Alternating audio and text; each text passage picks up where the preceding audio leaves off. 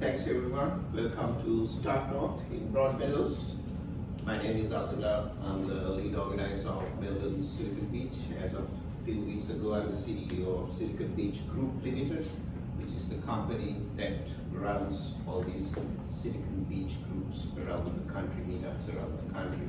Before I start, I'd like to acknowledge the traditional owners of the Wurundjeri people, the people on whose land that we are having this great building and this meeting on, and acknowledge their leaders, past, present, and emerging. A little bit about Silicon Beach, because many of you are new to Silicon Beach. It is Australia's answer to Silicon Valley. That's simply how I explain it to people. We are a virtual network of communities right around Australia. Startup people mostly, but now we are supported by small businesses, professionals, freelancers, all sorts of people. So it's not limited to just tech startup people. That's how it started. App developers, web developers, software engineers. Andrew is one, and there's many things. Software engineer plus management leaders. I'll let Andrew introduce himself. He's one of our outstanding Silicon Beaches. So people like Andrew helping other people start their dreams and change the world. So Google us. If you Google Melbourne Silicon Beach, you'll find us. Join us on Meetup. We have a new website, siliconbeachgroup.org. You can actually put your project, small business, startup, whatever that is there, and connect with nearly 23,000 Silicon Beaches around the country. Melbourne alone is the largest community. We have 12,900, almost 12,900 as of now. So we are actually videoing this. It's going on Silicon Beach TV, a YouTube channel. So this training session will be shared with people around the country and in the world. I'll throw it to Mike to give us a short introduction about Start North, and then we'll take away. Thanks. Thank you. Great. Thank you everyone for coming. Welcome to Start North. We've been open 6 weeks now, so we're a brand new co-working space in the north of Melbourne. We're all about helping startups, small businesses, entrepreneurs in Melbourne's north, get support and help and grow to our best ability. We strive to do events like this monthly, so we're looking to do a monthly networking event, workshop, different things like that every month, along with affordable co-working space to allow businesses to continue to grow. So I just want to thank all of you for coming today. If you have any questions on our space or any of our future events, be happy to let me know. I'll be happy to talk to you afterwards. Otherwise, I'd like to introduce our expert, Andrew, to go over stress management with all of you. Thank you so much for attending, and we can attend here again. Thank you, Andrew. Thank you, everyone. So, Andrew Murphy, you can probably tell from the accent I'm not originally from Australia. I've been involved in the startup scene for well over a decade now. I've been involved in 3 startups myself, one of which I sold to my partner, one of which we sold to an investor, and the one that I'm in now. So, I started my career as a software developer, so writing software, working with code, working with people. Then realized that what I really enjoyed the most was training people and coaching people and mentoring people to understand the skills that a lot of us kind of miss in the startup scene. Like where we start our business because we're great at the thing that we want to do. We start our business because we're a great accountant, and so we start an accounting business. We start a business because we're a great engineer, and we start an engineering business.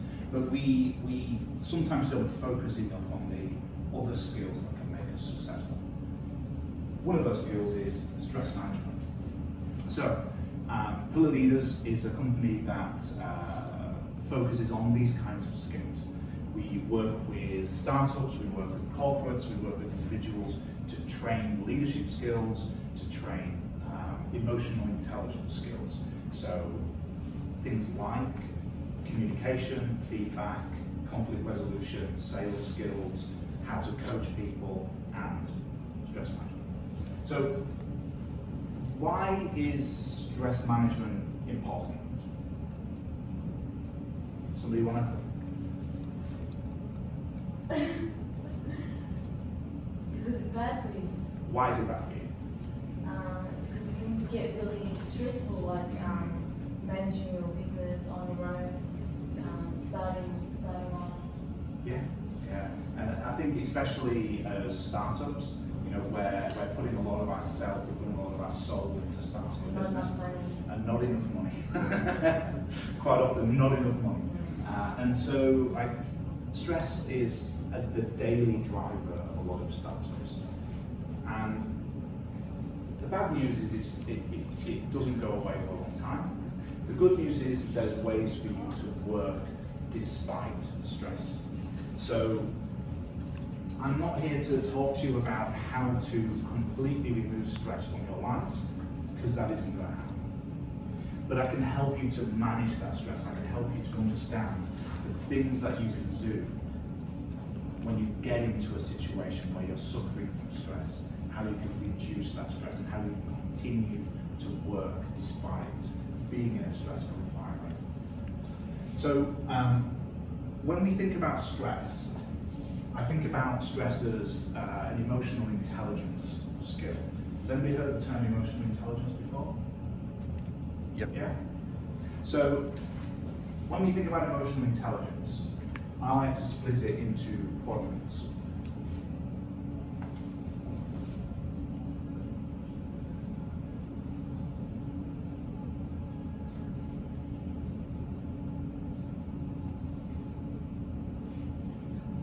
So when I think about emotional intelligence, it's about being aware of yourself and others, and being able to manage yourself and others. So this first quadrant here is self-awareness. This quadrant here is self-management. This quadrant here is social awareness. Yeah. And relationship management is the last one.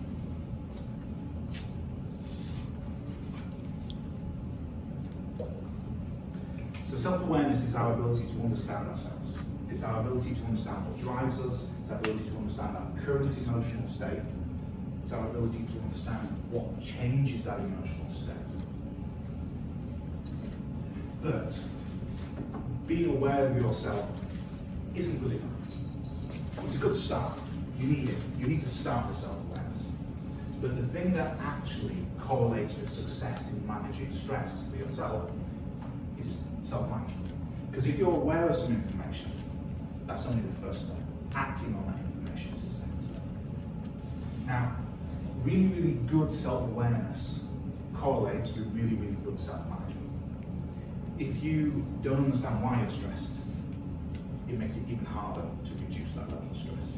If you don't understand why you're feeling the way you're feeling, how can you hope to be effective in reducing it? So, you know, there's a whole lot of these skills, and this is effectively what we focus on. So, what I'm going to share with you today is one part of a full day course that we do for corporates, and when I thought I was going to do this, I decided to pick the best bits of this course to show with you today, because we've only got 30-40 minutes, and this is a full day course. But we'll see what we can put into this. So, why do we focus on stress management? What is it about resolving that stress? To overcome it, to move on, to progress into your business. Exactly. To overcome and to progress. Because quite often when we end up stressed, we get stuck. We stay in the place we're in and we can't move onwards. Who thinks they're good at stress management? So why are you here? For the food. Yeah, it's something that, you know, some people are good at naturally, some people are not good at naturally. So when we think about stress,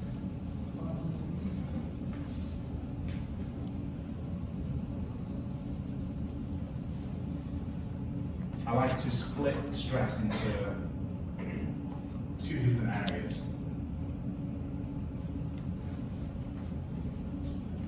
Can everybody see this okay? Yeah.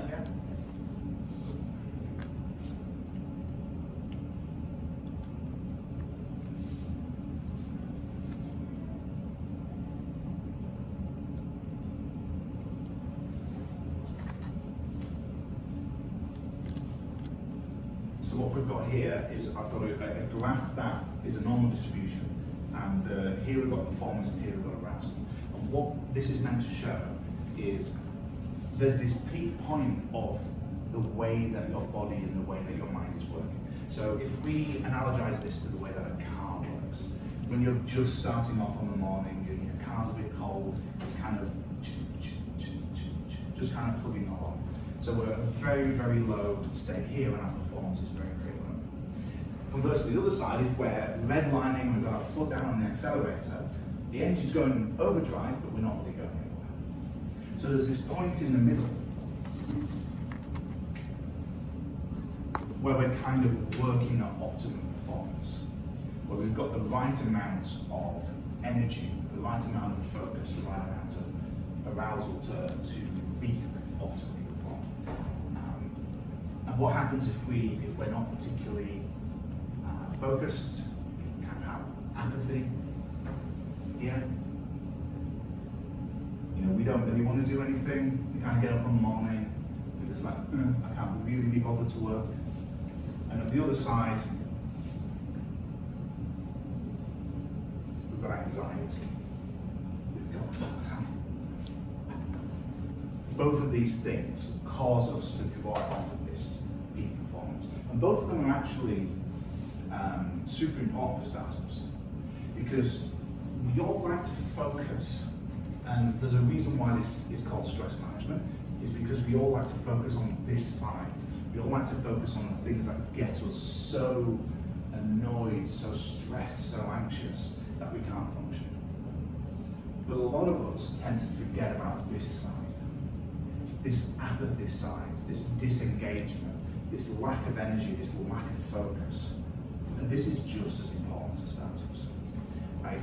Has anybody been in a scenario where they just wake up in the morning and just like, I'm not really feeling it today. I don't really want to work on my startup today. It's all part of the same spectrum, it's all part of the same curve. This extreme anxiety at one side, this extreme apathy at the other side, and everything in the middle. And this is an optimal point where we're at peak performance, which we call flow. When you're in a flow state, like when you're in that place where, you know, time just seems to disappear and you're just working optimally. Like, this is what flow state is. This is what it means. It's when you're in that right balance between the two. I'm always there. You're always there. I've learned how to deal with that. You should be up here teaching, and that should be exactly I'm killing it, yeah. Amazing. I'm there when I'm playing video games. Yeah, to be honest, a lot of people get it in video games because, but it also depends on the right video game. Yeah. Like if you were playing, like what kind of video games would you like to play? Mostly where I kill people. So if you were to play, I don't know, Tetris, Yeah, maybe no. that wouldn't get you as far over No. this curve. And maybe if you were playing Tetris, you'd be here. Yeah. So you'd kind of be getting a little bit of you know, stimulus, but you wouldn't be in that flow state. I think this is something that it takes time for you to practice and get to understand. Yes. And it's not something that you can, because you've been more on the anxiety stage and always been thinking about that, you're not going to be able to understand this until you understand apathy, like understanding why you're at that stage and why this has all happened and why you should be so hard on yourself. I think you'll be able to understand and move along. It depends on the person. So I agree with you, but it depends As on long the as person. you're practicing that side of it, everyone can learn. Yes, everybody can, Yeah, everyone but can. some people are naturally, like this is the normal distribution, so this is an average across the But I was population. always there, but I've Yes. learned how to be there now, so can everybody else. So for some people, they tend to live in this side of the graph more. Other people actually tend to live in this side of the graph more. So I'm actually somebody that lives in this side of the graph If you get more myself. sick, maybe you will start learning about that. Potentially. Yeah. Like for me, I'm somebody who struggles to get energy, and I have to do a lot of the techniques we're going to talk about to get the energy. But for a lot of other people, they might live their lives mostly in this side, where what they're worried about is calming themselves down and getting themselves back into the flow state from this way. Whereas I focus mainly for me, for my personal, on getting myself back to the flow state from this way. I've actually experienced anxiety, and that's why I never want to go there again. Yeah, That's why I just want to balance. So if we're kind of recognizing that we've got these two positions, we can be existing in this part of the graph, or we can be existing in this part of the graph, then we've kind of got this concept that there's two types of techniques we can do to bring ourselves to peak performance. We've got techniques that bring us this way, and we've got techniques that bring us this way. Now, what do you do when you get up in the morning? What do most people do? The first thing they do when they get up in the morning? Food. What else? Instagram? Phone. What do they do to give themselves energy? Shower. Shower gives you energy. That's good. Yeah, Drink coffee. Drink coffee. Like, what is coffee? Like, chemically, what is coffee? Caffeine. And what's caffeine? What type of chemical is caffeine? Stimulant. Stimulant. So stimulants move us from here to here on the curve. So we wake up in the morning, the first thing I do is have coffee because it's a stimulant. I'll listen to motivation. Yeah, there are all these things we can do. But it's the same on the other side. No, it's not sad. It's something that a lot of people do. But it's recognizing what it does. And if you're in this, I'm jumping forward. We will come back to that. If I don't come back to that, I've got it everybody. So, but we've also, at the end of the day, we've worked a really, really long day. We come home, we're stressed. It's 5 o'clock somewhere. No energy. What do people do? Eat. Yeah, drink what? Beer. Yeah. So if caffeine is a stimulant, what's alcohol? Depressant. By the way, we're going to talk about why these are bad strategies. I'm just using them as examples.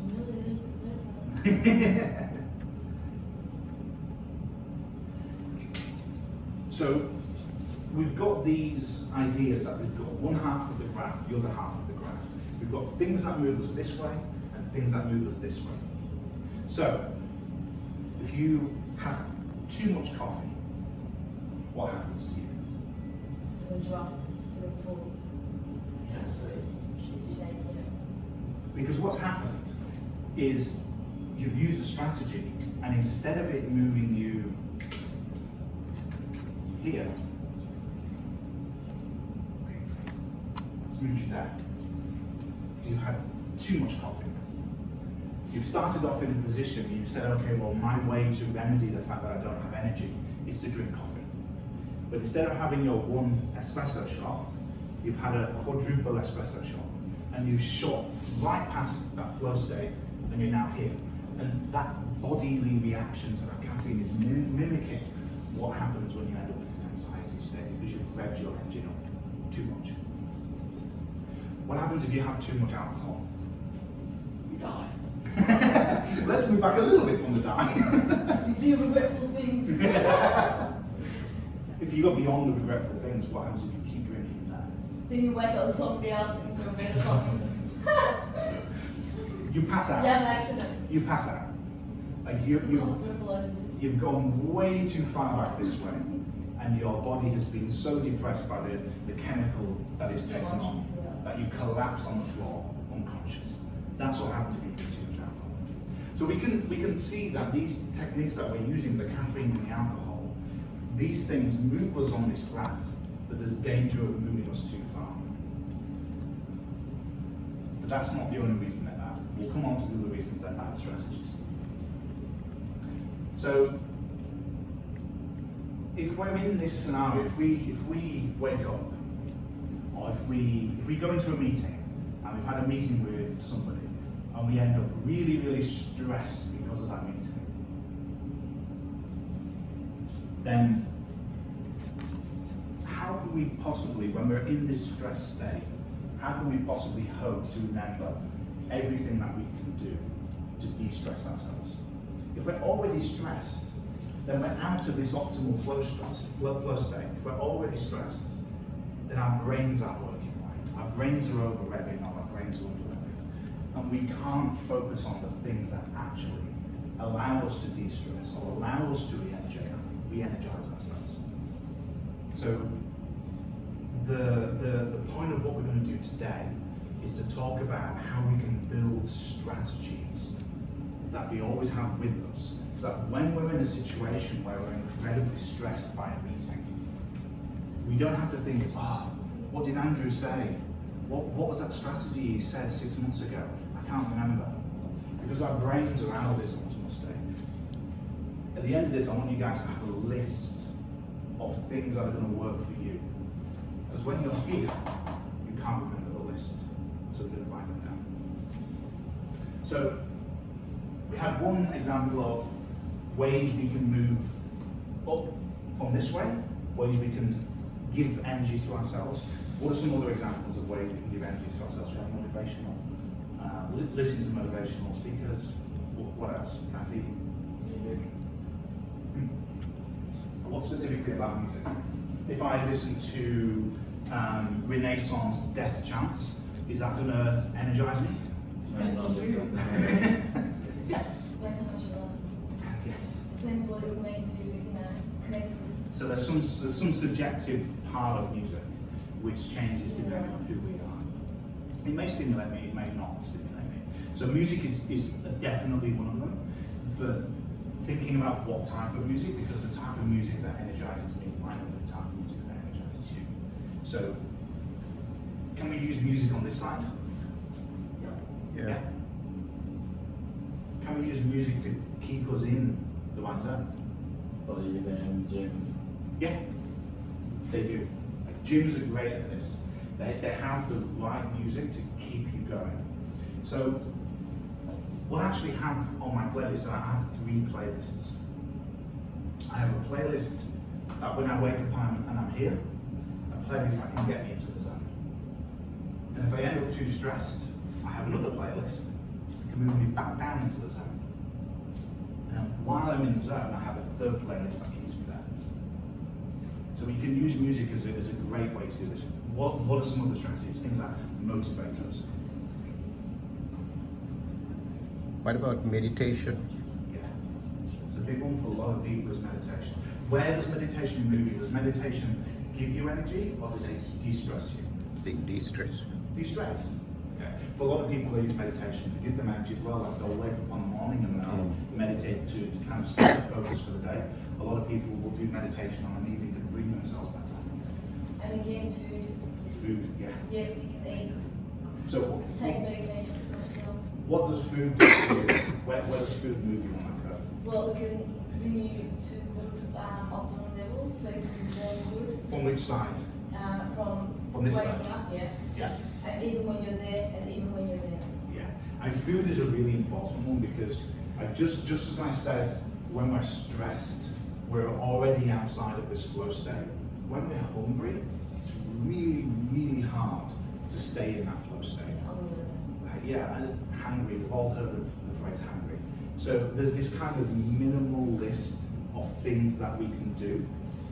And I'm just gonna skip forwards and forwards. Come on. So we've got brain food here. So this is one of the things, how to set up your strategies for success. This is one of the things we teach on the full day course. Is brain food is so important for making these strategies work. If you're hungry, your strategies are less likely to work. If you're sleepy, your strategies are less likely to work. If you're dehydrated, your strategies are less likely to work.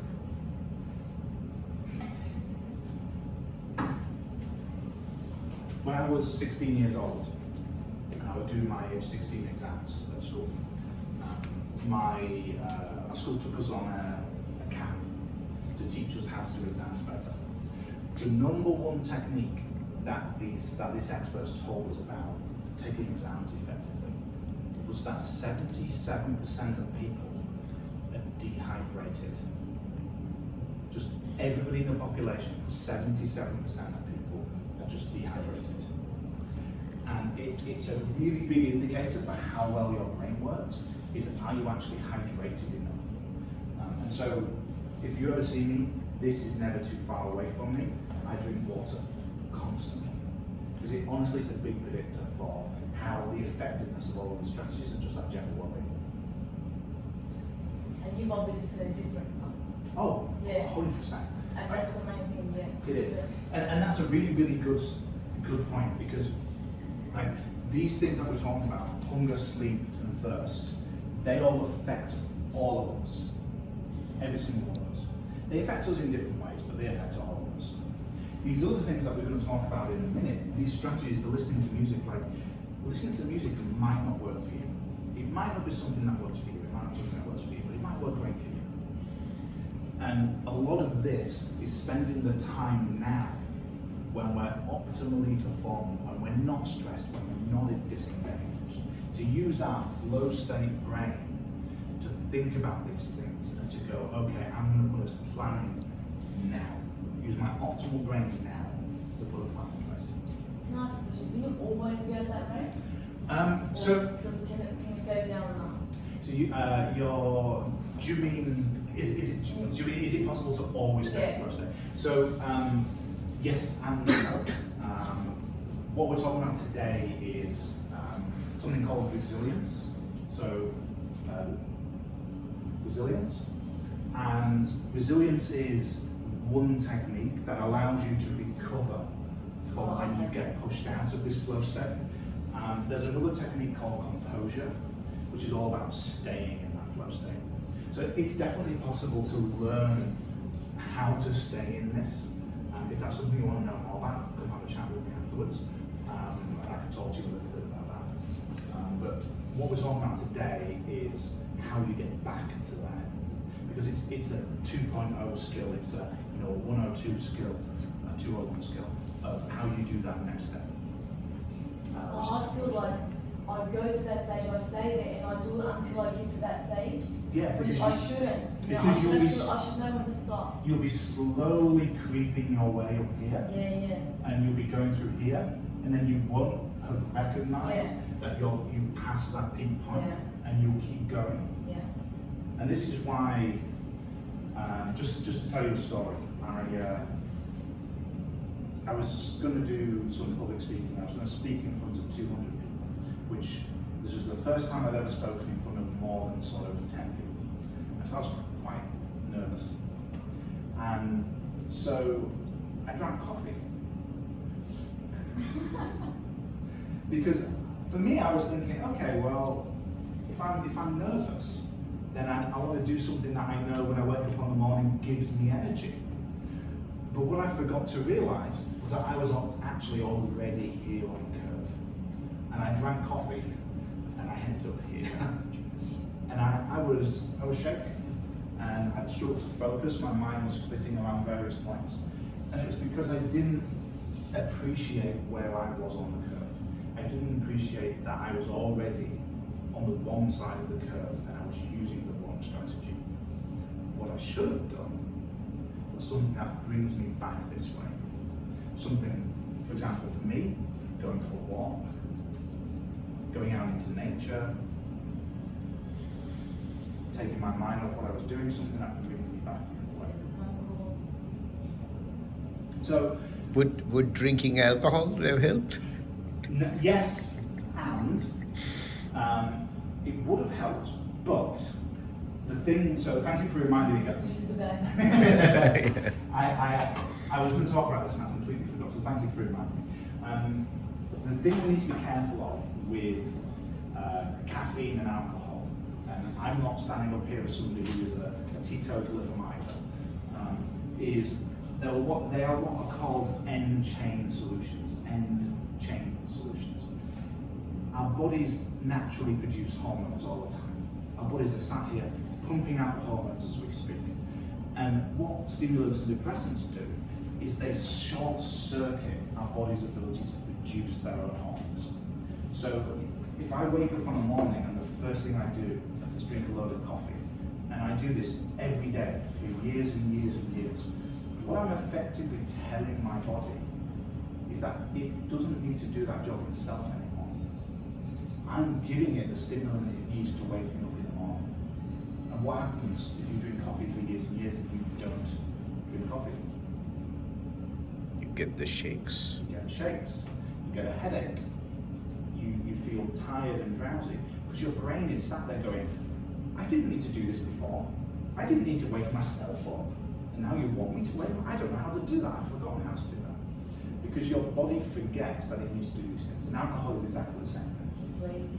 Yeah, your body gets lazy. It atrophies. In the same way as if you don't use your muscles atrophy. So one of the big issues with people coming down from the space station is, you know, they've been in space for weeks and weeks, months and months, their muscles atrophy, and they struggle to stand because their muscles are wasting away. The same thing happens with your body's ability to produce chemicals. So for example, if you're an alcoholic and you drink alcohol to sleep, if you then don't have that alcohol available, your body goes, I don't know what to do. I've never had to do this before. I've never had to make myself sleep.